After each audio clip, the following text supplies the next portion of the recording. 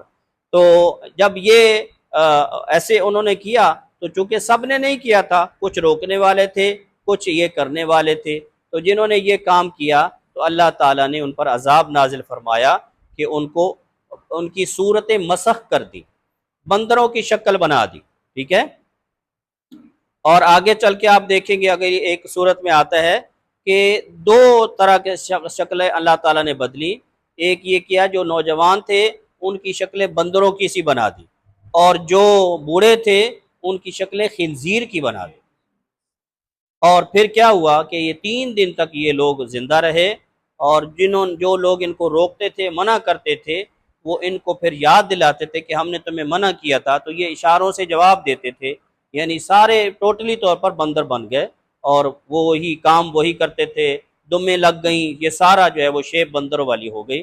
تو اللہ تعالیٰ نے اس طریقے سے ان کی صورتیں مسخ کر دی۔ یہاں تھوڑا سا ایک تقابل بھی آتا ہے کہ آپ نے بچوں نے شاید نہیں پڑھا ہو تو پرانے زمانے کے نصاب میں ڈارون کا نظریہ، ڈارون کہتے ہیں یا سائنسدان ڈارون کہتے ہیں، اس کا نظریہ یہ تھا کہ موجودہ جو بندر ہیں یہ کس کی نسل سے ہیں؟ ان بندروں کی نسل میں سے ہیں، ٹھیک ہے۔ اور بعد والے سائنسدانوں نے اس کی کیا کی ہے؟ تردید کی ہے۔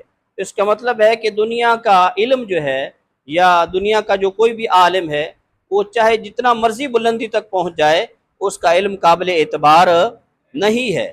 اس کے مقابلے میں اللہ تعالیٰ کی جو وحی کی تعلیمات ہیں یہ ازل سے لے کر ابد تک ہمیشہ کے لیے کامل بھی ہیں اور قابل اعتماد بھی ہیں، ٹھیک ہے۔ تو یہ نظریہ کافی عرصہ تک رہا کہ یہ بندر جو موجودہ ہیں یہ ان کی نسل میں سے ہیں۔ تو آپ کو بتا دیا کہ وہ تو 3 دن تک زندہ رہے۔ کتنے دن تک؟ 3 دن تک۔ اس کے بعد کوئی بھی ان میں سے نہیں بچا ہے۔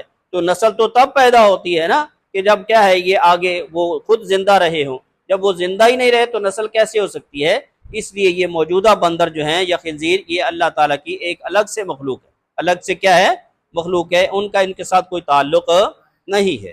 اور اس میں یہاں ایک خطرے والی بات یہ ہے، نبی علیہ السلام نے بتایا کہ قیامت والے دن یہ واقعات دوبارہ پیش آئیں، اور فرمایا میری امت میں سے لوگ ہوں گے جن کے اللہ تعالیٰ شکلیں بدل دے گا۔ تو صحابہ نے پوچھا کہ یا رسول اللہ کیا وہ نماز نہیں پڑھتے ہوں گے؟ کیا وہ عبادت نہیں کرتے ہوں گے؟ فرمایا نمازیں بھی پڑھتے ہوں گے، روزے بھی رکھتے ہوں گے اور حج بھی کرتے ہوں گے، لیکن وہ لوگ گانے کے شوقین ہوں گے۔ گانے کے کیا ہوں گے؟ شوقین ہوں گے۔ گانا گانا سننا اس کے جو ہے وہ کیا ہوں گے؟ شوقین ہوں گے، ٹھیک ہے۔ یہاں تک کہ عید میلاد النبی بھی آئے گی تو بینر پیچھے عید میلاد النبی کا ہوگا اور گانا انڈین لگا ہوا ہوگا، اور بچے اور بچیاں کیا کر رہے ہوں گے؟ ڈانس کر رہے ہوں گے۔ یہ مناظر آپ کو ان دنوں میں دیکھنے میں ملتے ہیں، ہم نے تو اپنی آنکھوں سے دیکھے ہیں اگر آپ تک نہیں پہنچے ہیں تو۔ اور جو ہے وہ حوروں والے واقعات تو آپ نے سنے ہوئی ہیں، جی، گاڑی پر بٹھا کر ایک بے پردہ عورت کو حور بنا کر پیش کیا جاتا ہے۔ تو میں نے عرض کیا کہ اس طریقے سے، اور بعض صوبوں میں کیا ہوتا ہے کہ اپنی اپنی قومی زبان کے جو ہے وہ کیا ہے، مادری زبان کے گانے لگا کر ان پر کیا کیا جاتا ہے؟ ڈانس کیا جاتا ہے، دھمال ڈالی جاتی ہے۔ تو یہ کام ہوتے ہیں، تو اللہ کے نبی نے فرمایا کہ وہ نمازیں بھی پڑھتے ہوں گے، روزے بھی رکھتے ہوں گے اور حج بھی کرتے ہوں گے، لیکن گانے کے دل دادا ہوں گے، گانا سنیں گے اور گانا باجا جو ہے وہ کریں گے، ٹھیک ہے۔ تو اس لیے جو ہے وہ ان چیزوں سے گریز کرنا چاہیے۔ ہاں، جہاں تک شاعری کی بات ہے کہ اچھے آواز سے کسی چیز کو گنگنانا، ٹھیک ہے، کسی کی تعریف کرنا، چاہے وہ کوئی آپ کو پسند ہے، مرد ہے یا کوئی بھی عورت ہے، کوئی آپ کا عالم ہے، وہ آپ اس کو پسند کرتے ہیں، اس سے محبت کرتے ہیں، کوئی ایسا جو ہے وہ، تو شاعری جو ہے وہ بغیر کسی ساز کے، بغیر کسی آلے کے آپ کیا کر سکتے ہیں؟ اس کو اچھی آواز سے گنگنا سکتے ہیں، جیسے کہ نعت گوئی آپ سنتے ہیں، نعت رسول مقبول علیہ الصلاۃ والسلام سنتے ہیں، حمد سنتے ہیں، ٹھیک ہے۔ اسی طریقے سے بعض شخصیات کے بارے میں تعریفی کلمات کہے جاتے ہیں، اچھی آواز میں سوز کے ساتھ، ٹھیک ہے، اور ساز کے ساتھ بولے جاتے ہیں، تو اس کی گنجائش ہے، ٹھیک ہے۔ لیکن آلات موسیقی استعمال کر کے پھر جیسے کہ ہمارے ہاں کیا کیا جاتا ہے، ظلم ڈھایا جاتا ہے کہ اللہ تعالیٰ کی توحید بیان ہو رہی ہوتی ہے، کس کے ساتھ؟ آلات موسیقی کے ساتھ، ٹھیک ہے، اور اس کو اپنا قومی ورثہ کہا جاتا ہے، ٹھیک ہے، اور موسیقی کو کیا کہا جاتا ہے؟ روح کی غذا کہا جاتا ہے۔ تو یہ اس حد تک ہمارا چلے جانا، میں نے عرض کیا کہ آواز جو ہے سریلی آواز، یہ منع نہیں ہے۔ آپ علیہ السلام خود اشعار سنا کرتے تھے، ایک نہیں درجنوں اشعار شاعروں سے سنا کرتے تھے، ان کی حوصلہ افزائی بھی کیا کرتے تھے، باقاعدہ مسجد نبوی میں آپ اشعار جو ہے وہ سنا بھی کرتے تھے اور حکم بھی دیا کرتے تھے۔ تو اس لیے شعر و شاعری یہ منع نہیں ہے، چاہے وہ کسی اپنی آئیڈیل شخصیت کے بارے میں ہو یا اللہ اور اس کے رسول کے بارے میں اشعار کہے گئے ہوں یا پھر ہنسی مزاح پر محمول ہوں، تو اس کی کیا ہے؟ گنجائش ہے۔ لیکن گانا آلات موسیقی کے ساتھ وہ اللہ کا نام لینا بھی حرام ہے۔ تو اس لیے یہ ہمارے ہاں چونکہ چل رہا ہے، اور آپ کو بتایا ہے کہ اللہ کے نبی نے فرمایا کہ ایسے لوگوں کی صورتیں کیا کی جائیں گی؟ مسخ کی جائیں گی، جو گانے کے کیا ہوں گے؟ دل دادا ہوں گے، ٹھیک ہے جی۔ اچھا جی، آگے کیا فرمایا؟ فَجَعَلْنَاهَا نَكَالًا لِمَا بَيْنَ يَدَيْهَا، فرمایا کہ ہم نے کیا کر دیا؟ اس واقعے کو عبرت بنا دیا، ما بین یدیہا، اس زمانے کے لوگوں کے لیے، وما خلفہا، اور بعد کے زمانے والوں کے لیے، وموعظۃ للمتقین، اور پرہیزگاروں کے لیے نصیحت بنا دیا، تاکہ وہ اس کو نصیحت سمجھ کر کیا کریں؟ وہ اپنے آپ کو بچانے کی کوشش کریں۔ صدق اللہ مولانا العظیم۔